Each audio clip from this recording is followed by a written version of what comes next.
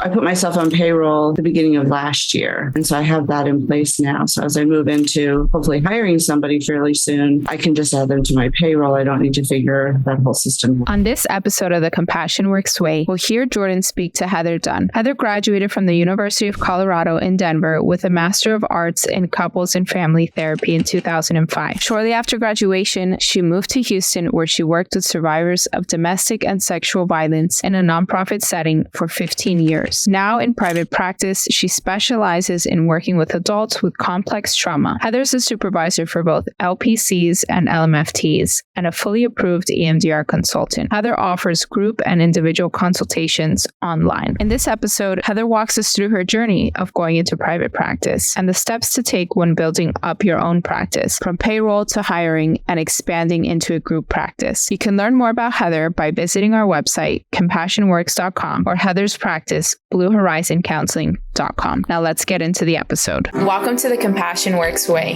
featuring insightful discussions, inspiring stories, and expert interviews on mental health, building your practice, and personal and professional growth. This show is brought to you by CompassionWorks, your hub for therapists, mental health professionals, and seekers of holistic healing. Your host, Jordan Schaefer, founder of CompassionWorks and licensed EMDR therapist.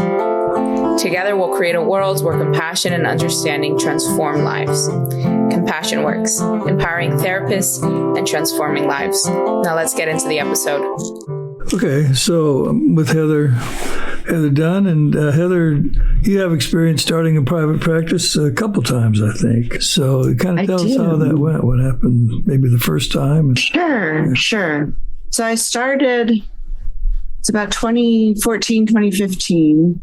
I've been working at an agency. I was working at a domestic violence, sexual assault crisis center, and thought I wanted to dabble in it a little bit. So I started a part-time one.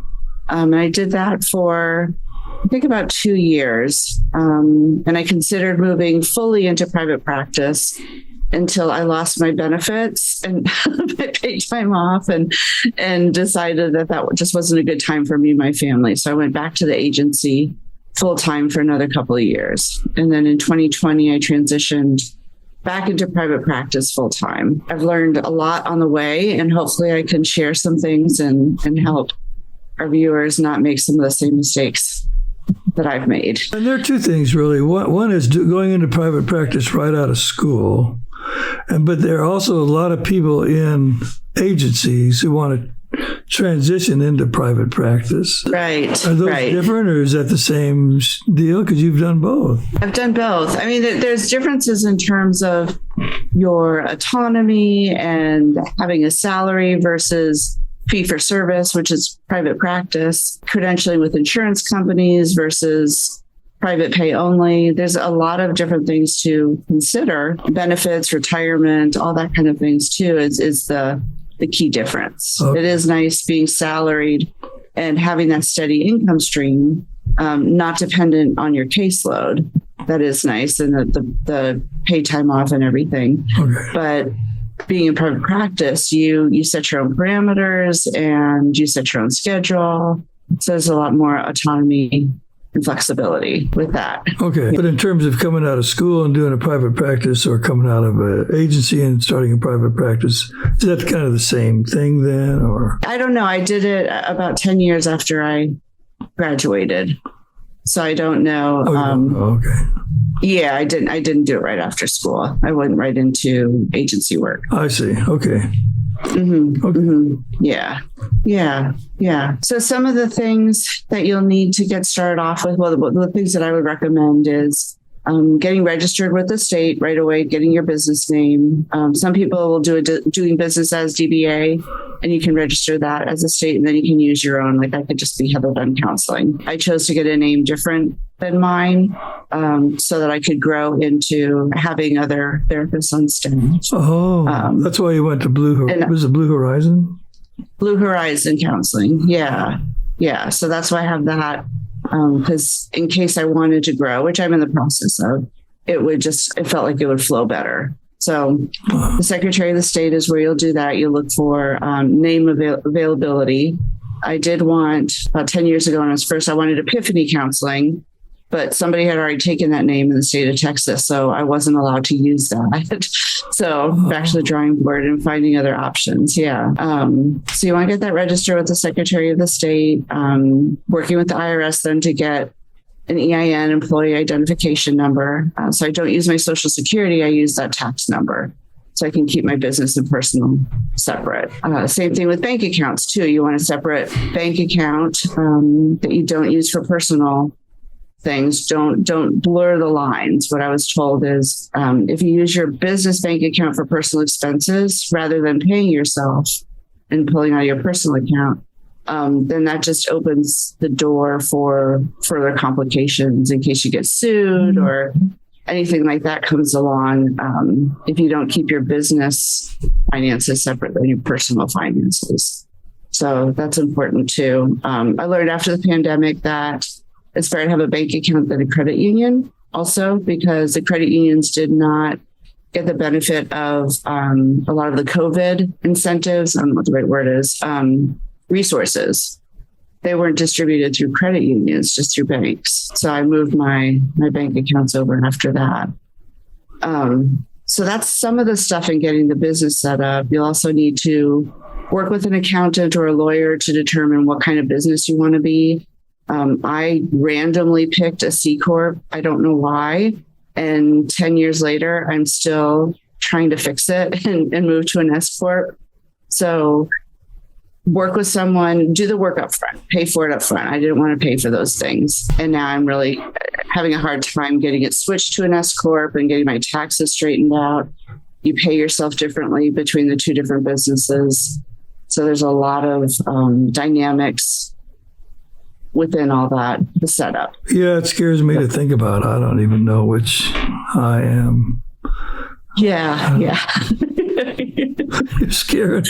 Yes, it is. Ethics class. Okay, so but you're saying get an accountant who's someone who knows what they're doing, accountant, and also a lawyer, and any old lawyer will do probably, right? Well, I don't have a lawyer, but they can help with that too. Yeah, they can do all this too, or an accountant. I did have an accountant that I thought I trusted, and they really put me in a bad position as well. So I've had to go find another one. So it's helpful to be trusting of the professionals that you engage or you hire to consult with, but also know what's happening. Make sure they're explaining things to you so that you have a sense of what should be happening versus what is happening too. That's my other 2 cents on that. Do you know the difference between a C Corp and an S Corp? Not to get... There's differences in the way that I need to pay myself. There's differences in the taxes I don't know exactly all the differences that go into it, but I know that I best case scenario, I'll only owe $10,000 for my 2021 taxes because of all this mess that I've been going through. Yes. Okay. And because I didn't have myself set up on payroll, I was just kind of pulling money out when it was there. So getting all those procedures and all those systems in place beforehand, I think is worth the work up front. It's hard to add it as you're going in. And well, you could start as a sole proprietor. That's the doing business as thing. But then if you go to the corporation part, that's really when you need to get good advice. Well, I guess even as a sole proprietor, you need a good accountant. Yeah. I would too. I mean, even if there's a thought that maybe someday, even if it's 20 years from now, you might want to move into a bigger business, a group business, get those systems in place now so that when you are in a position to hire therapists or hire administrative staff, then you already have payroll worked out. You already know how you're going to do all these things, and that isn't another complication that you're going to run into. I put myself on payroll the beginning of last year, and so I have that in place now. So as I move into hopefully hiring somebody fairly soon, I can just add them to my payroll. I don't need to figure that whole system on top of everything else that I'm working through. Okay. So that's an important part, and it does cost money to put all that in place. But you're saying it's worth it up front. Yes. Yeah. I wish I would have invested in that in the beginning. Yeah. Okay. And then some other things to consider. There's different ways to be in private practice too. So you can work for yourself, meaning that you are working independently and you maybe do all your own screening and intakes and scheduling, and you do all that for yourself. That's definitely one way to do it. And that would probably cut down on expenses. The way I entered it, the setup that I'm in right now and moving out of, is it's a group practice, but we're all independent. We work independently. We have our own businesses. So I pay rent every month for my office space here. And then I pay an additional rent every month for administrative services. So I'm renting the space, I'm renting the admin staff. So they field all my incoming calls, they do scheduling and rescheduling, they do billing work. We do take insurance. And so they'll go back and work with the insurance companies if there's a problem. So that's been nice that I haven't had to do all of that on my own. I've been able to learn how to do it as I've worked here, because I want to know how things work, and moving out on my own, I want to know how they work too, so I can do it myself as needed. But that hasn't been required of me to have to figure all of that out initially. So that's one way to do it. You can also work as an independent contractor within a practice. So a group practice can hire either employees can be a W-2 employee where they're on staff, and then you have more control over what happens. If you want things done a certain way, then that's how they're done, and you hire and fire and all that other stuff. You can also have 1099 contract employees, and you're paying them X amount of money to see X number of clients a week, but you don't have any authority or control over their schedule or their hours or how they practice or how they represent the business. You don't pay taxes on them, so that can be a little bit cheaper and cleaner in terms of that side of it, the personnel side of it. But those are options that you need to consider as well. What kind of employees do you want to have? For me, go ahead. Well, so one way to start out is to join a group practice, I guess, that's already established. Or I guess you can join a group of people and make your own group practice, but join one that's established, that's already got a mechanism for scheduling and for accounting and also the office space, all that. Yeah.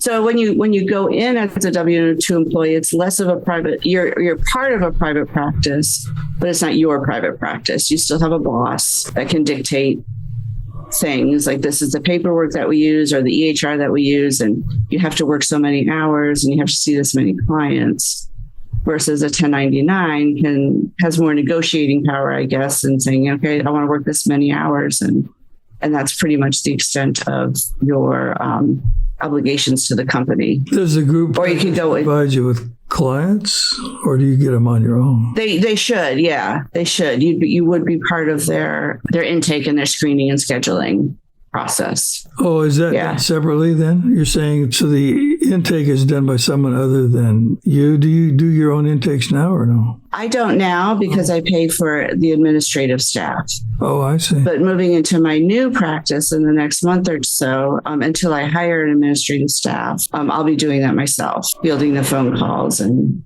all that. Okay. Which is a whole nother topic too then. So then, I mean, what I'm learning now too is that I have to develop policies and procedures, my standard operating procedures. When you're working just independently, then I just kind of do things the way that I want to, and I kind of develop my own system, but it's not well defined. So now I'm having to define this is how we do an intake. This is the information that you need, and this is how you verify benefits, and this is how you do scheduling, and this is how you use the electronic health record. I use therapy notes, and so this is how you do that. And so it has to be all spelled out for all that. I had to develop an employee handbook. I'm working on job descriptions now too, so that I can hire a couple therapists to increase my income, because I have all these expenses now too. But I did find an HR consulting firm that's helping me with that. They gave me kind of a standard employee handbook, and then I just made adjustments to fit my needs and fit how I wanted it to be presented. And I just paid them a flat rate for that. And then I paid for 3 hours of consulting, kind of to use as needed as I'm going through all this. Okay, so right I now don't want you're to in learn a transition. You're in a transition from being. Are you a 1099 employee? Was it? No, I pay myself a W-2. I'm on a W-2 for my business. I'm the only employee, and I run payroll. The business runs payroll to pay me my personal salary. Even as part of that group. As part of my group, yeah. Yeah. So then my income comes from co-pays, insurance payments, 1099 work with CompassionWorks, doing trainings and so forth. All of that funnels into the business, and then I pay myself a salary. Okay. Yeah, after I pay my expenses. And now what you're doing is transitioning into you are your own business. I guess having employees in your business. So now, I'll have a new location that I'll be paying rent just for the office space.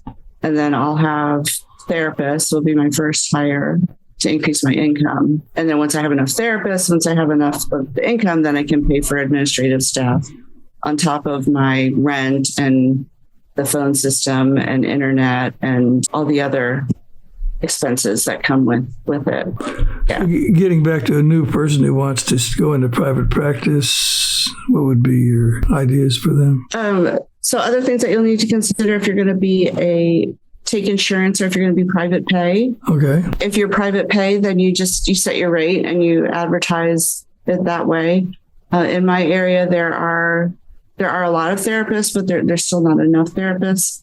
Ones that have done private pay just haven't been able to sustain that. So I've had to go through insurance, and it's gone well for me. But to do insurance, you need to get a national provider number. That's an MPI number. If you just Google that, it'll show you how to do that. All mental health professionals, dentists, and everything have to have one to bill insurance. And then you're going to go to CAQH. I have no idea what that stands for, but that is kind of a national database where you put in all of your information, and then the insurance companies will go there to verify everything versus reaching out to you for each thing. So it really helps. It's free. So register there. They'll remind you like when your licensing is expiring or your malpractice insurance expires, and they'll send you a notification you need to update it. So it's really a useful system to be a part of.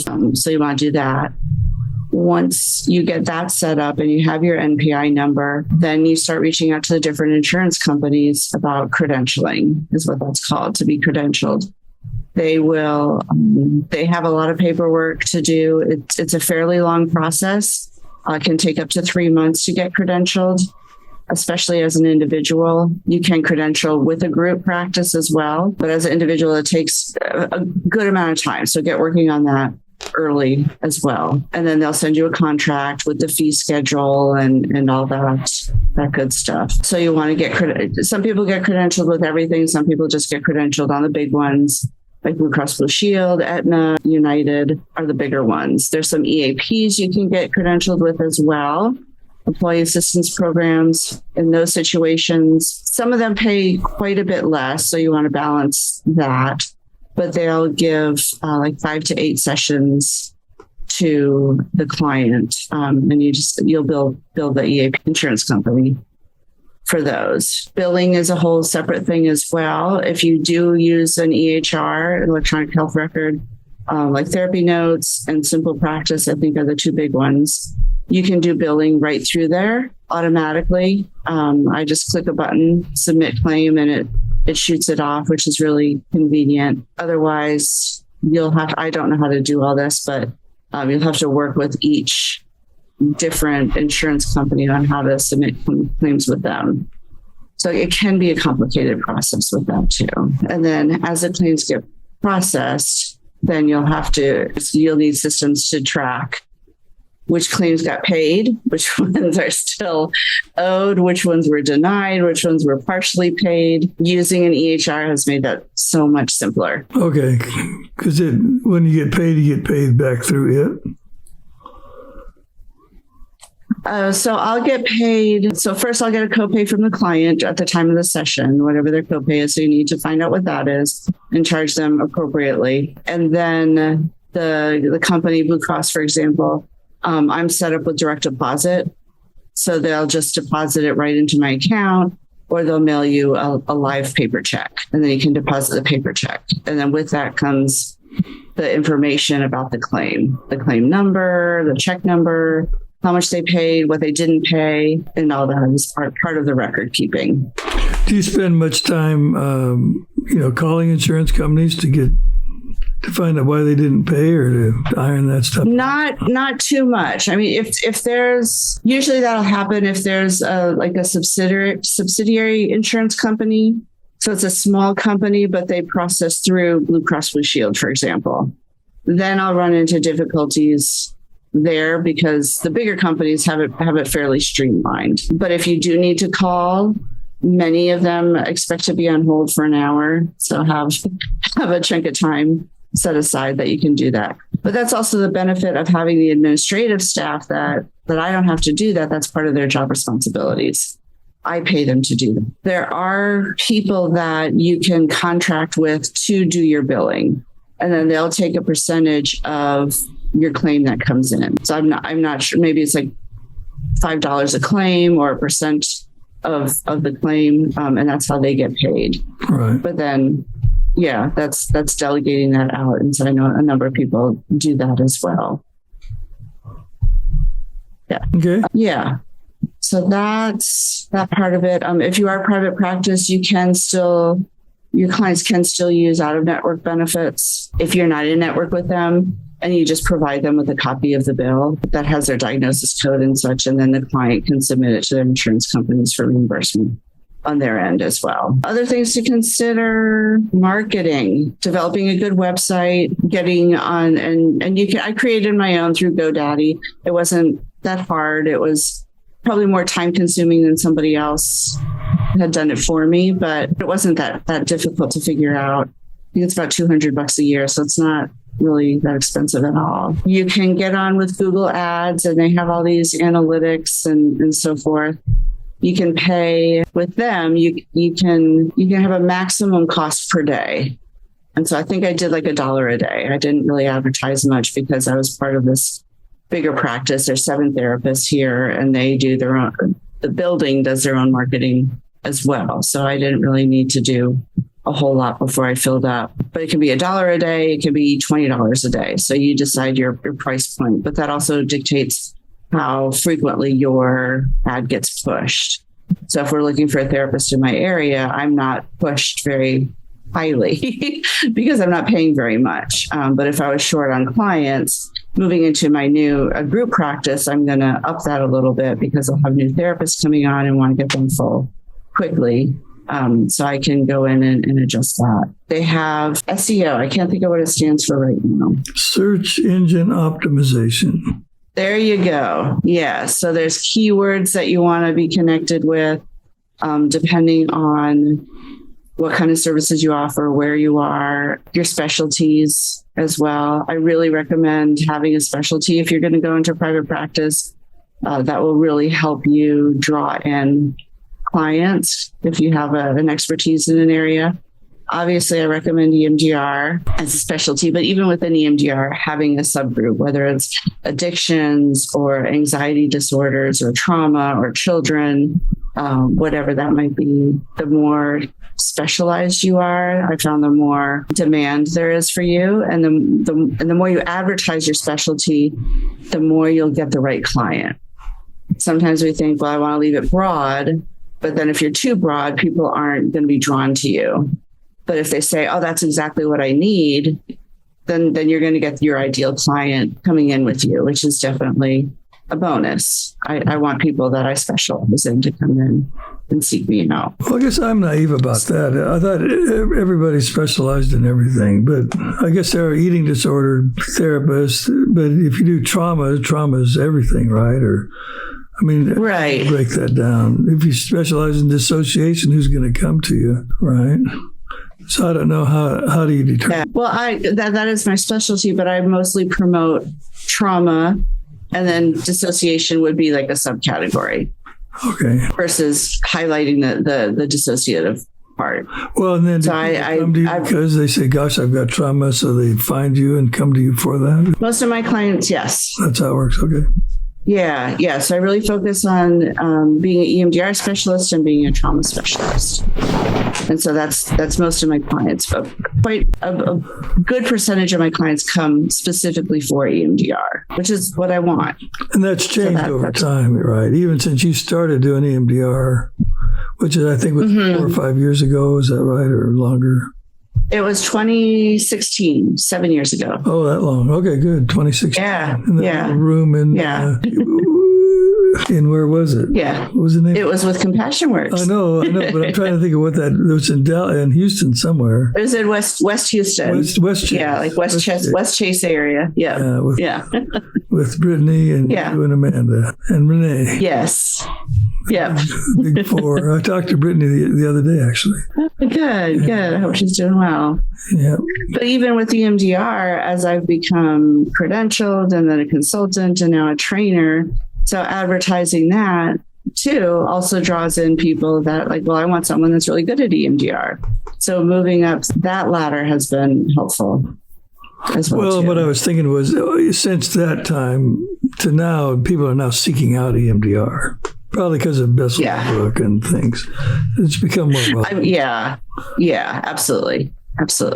Yeah. And I have links on my website to like EMDRIA and to different organizations. I have an FAQ section so that they can, if they hadn't heard about it, if they come across my website, then they can get some more information and then ask me more about it when they come in. Other marketing areas of social media, I have not dipped into that realm at all yet. I will in the next couple of months get into creating a business page for myself on Facebook and Instagram and those. I've been on LinkedIn on and off. I haven't really found it helpful, so I'm not on it right now, but that might be a place to do a business page as well. But that's definitely the area to grow in. Yeah, LinkedIn's funny. I don't know. I've done it and haven't done it, but I think new therapists coming out of school are on LinkedIn. Probably. And that's why we're doing this, to help people who are starting out, kind of help them know how to focus their. That's one of the questions they have